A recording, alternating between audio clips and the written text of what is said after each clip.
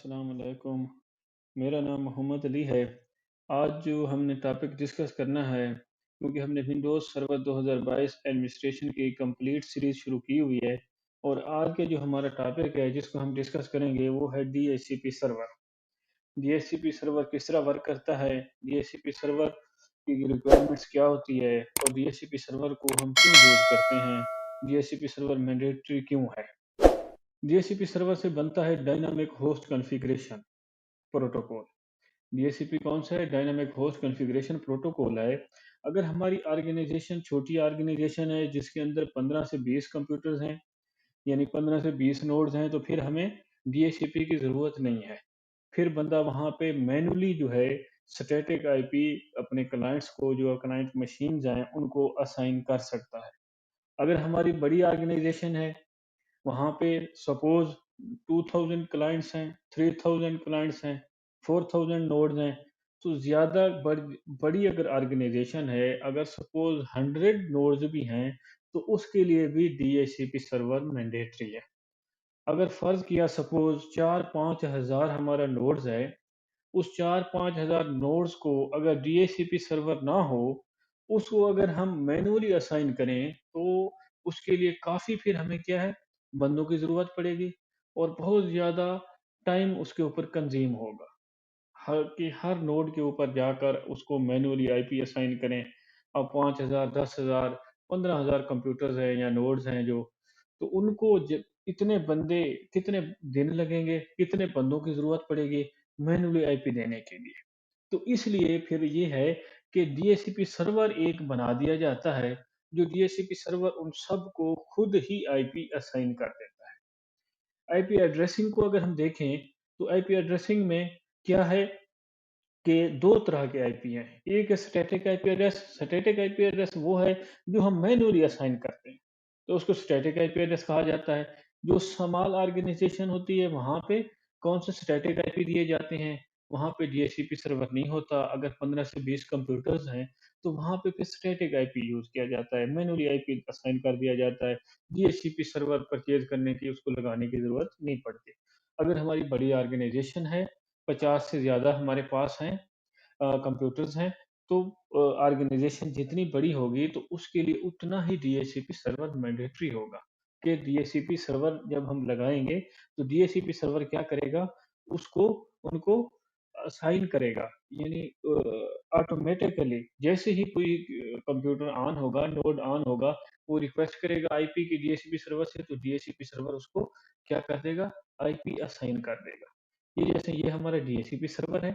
अगर हम इस डीएचसीपी सर्वर को देखें, तो ये डीएचसीपी सर्वर हमारा, ये क्या है, अगर इसको हम नहीं लगाते, इस डीएचसीपी सर्वर को, तो फिर क्या है, अगर छोटे कम कंप्यूटर्स हैं तो फिर तो ठीक है, चल जाएगा। बड़े ऑर्गेनाइज़ेशन के लिए डीएचसीपी सर्वर इंतहाई ज़रूरी है।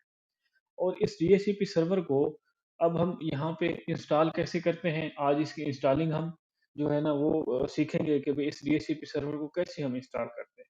तो इसके लिए हम अपनी वर्चुअल मशीन पे आते हैं। ये हमारी वर्चुअल मशीन है, इसके ऊपर हमने पिछले लेक्चर में हमने एक्टिव डायरेक्टरी इंस्टॉल की थी। इसके ऊपर एक्टिव डायरेक्टरी है, अब इसके साथ ही एक रोल इसके ऊपर डीएचसीपी सर्वर का भी हम इंस्टॉल कर देंगे। तो एक्टिव डायरेक्टरी के साथ अगर डीएचसीपी भी सर्वर भी चले तो इसमें कोई मसला नहीं है, 2 चल सकते हैं।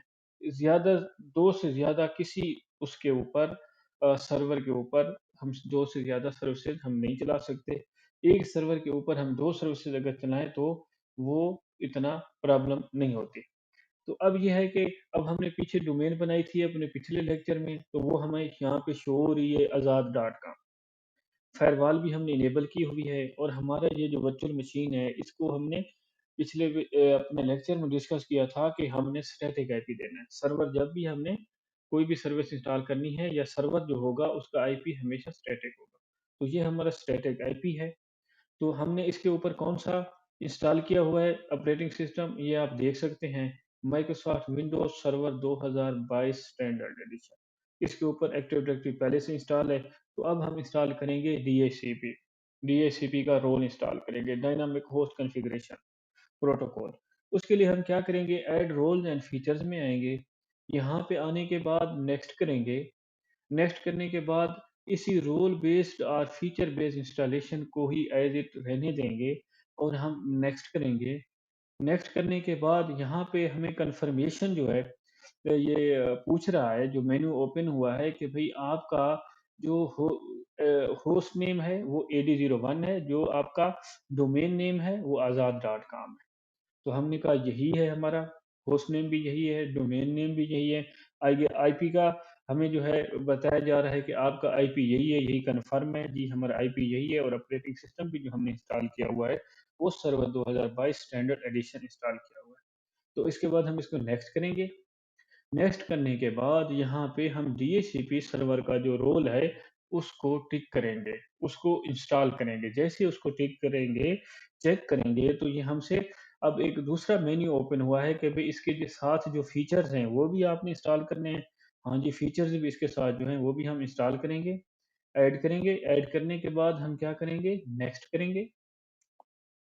नेक्स्ट करने के बाद इसके साथ इज़ाफ़ी फ़ीचर्स हैं और फ़ीचर्स हमसे जो ये मेन्यू ओपन हुआ है कि आपने इंस्टॉल करने हैं, हमने और फ़ीचर इंस्टॉल नहीं करने, इसको एज़ इट इज़ छोड़ देना है। अब नेक्स्ट किया, नेक्स्ट करने के बाद दोबारा नेक्स्ट करेंगे, तो अब दोबारा हमसे जो मेन्यू ओपन हुआ है कि भई अगर रिस्टार्ट की ज़रूरत पड़े इस रोल के इंस्टॉलेशन के दौरान, तो रिस्टार्ट कीजिए कर दें। तो मैंने कहा जी, इसको भी मैंने अलाउ कर दिया, अगर रिस्टार्ट की ज़रूरत पड़े तो रिस्टार्ट कर दो मेरे सर्वर को। चेक किया, उसके बाद इंस्टॉल किया। अब इसकी डीएचसीपी का जो ये रोल है ये इंस्टॉल होगा। इसकी इंस्टॉलेशन के बाद फिर इसकी जो कॉन्फ़िगरेशन है, उसके बाद इसकी हम अगले अपना जो नेक्स्ट हमारा लेक्चर होगा उसके अंदर हम इसकी कॉन्फ़िगरेशन का पढ़ेंगे कि भई इसको हमने कैसे कॉन्फ़िगर करना है, स्कोप कैसे बनाने हैं। तो सारा इसका जो कंप्लीटली आगे जो इसका होगी, डिटेल होगी, वो हम अपने नेक्स्ट लेक्चर में डिस्कस करेंगे। अब जब तक ये इंस्टॉल होता है, तो मैं इसको यहाँ पे पॉज़ कर देता हूँ वीडियो को। जैसे ही ये यहाँ पे दोबारा इंस्टॉल हो जाएगा, तो मैं वीडियो को रिज़्यूम कर दूँगा। अब हमारा यहाँ पे रोल इंस्टॉल हो चुका है। रोल इंस्टॉलेशन के बाद यहाँ पे जो मेन्यू ओपन है कि भई launch the DHCP post installed wizard, complete DHCP configuration. इस कंप्लीट डीएचसीपी कॉन्फ़िगरेशन के ऊपर हम क्लिक करेंगे। क्लिक करने के बाद जो अगला मेन्यू ओपन हुआ है, इसको नेक्स्ट नेक्स्ट पे क्लिक करेंगे। नेक्स्ट पे क्लिक करने के बाद इसको कमिट करेंगे। इसको जैसे ही हम कमिट करेंगे, तो ये देखें कि ये इंस्टॉल हो चुका है। हमारा डीएचसीपी का रोल इंस्टॉल होने के बाद इसको हम क्लोज करेंगे। इसको भी हम क्लोज करेंगे। क्लोज करने के बाद यहाँ पे हम आएंगे, टूल्स में आएंगे। हमारा डीएचसीपी का रोल इंस्टॉल हो चुका है। अब इसको हम ओपन करेंगे। ये देखें, यहाँ पे मेन्यू में आपको नजर आ रहा है डीएचसीपी। इसको हम ओपन करेंगे। इसको ओपन करने के बाद मैक्सिमाइज़ करेंगे स्क्रीन को। उसके बाद यहाँ पे हम इसको थोड़ा-सा इसको वो कर देते हैं। यहाँ पे अब इसको हम IPv4 पे आएँगे। AD01 ये कौन-सा है? हमारा होस्ट नेम है। आगे आज़ाद डॉट कॉम, ये हमने जो डोमेन बनाई थी पिछले लेक्चर में, AD बनाया था, एक्टिव डायरेक्टरी डोमेन सर्विसेज जो बनाया था, उसका हमें यहाँ पे शो हो रहा है। आगे IPv4 ये हमारा DHCP है। अभी हम जो काम करते हैं IPv4 पे ही काम करते हैं। ये IPv4 का हमें बता रहे हैं, तो ये IPv4 है। अब हमारा जो अब नेक्स्ट लेक्चर होगा, उसके अंदर हम इसके स्कोप कैसे बनाते हैं और उसके बाद हम जो स्कोप हैं, वो कैसे बनाएँगे, आईपी रिज़र्व कैसे करेंगे। तो इसकी अगली जितनी कॉन्फ़िगरेशन है, ये तो जस्ट हमने इंस्टॉलेशन इसकी परफ़ॉर्म की है।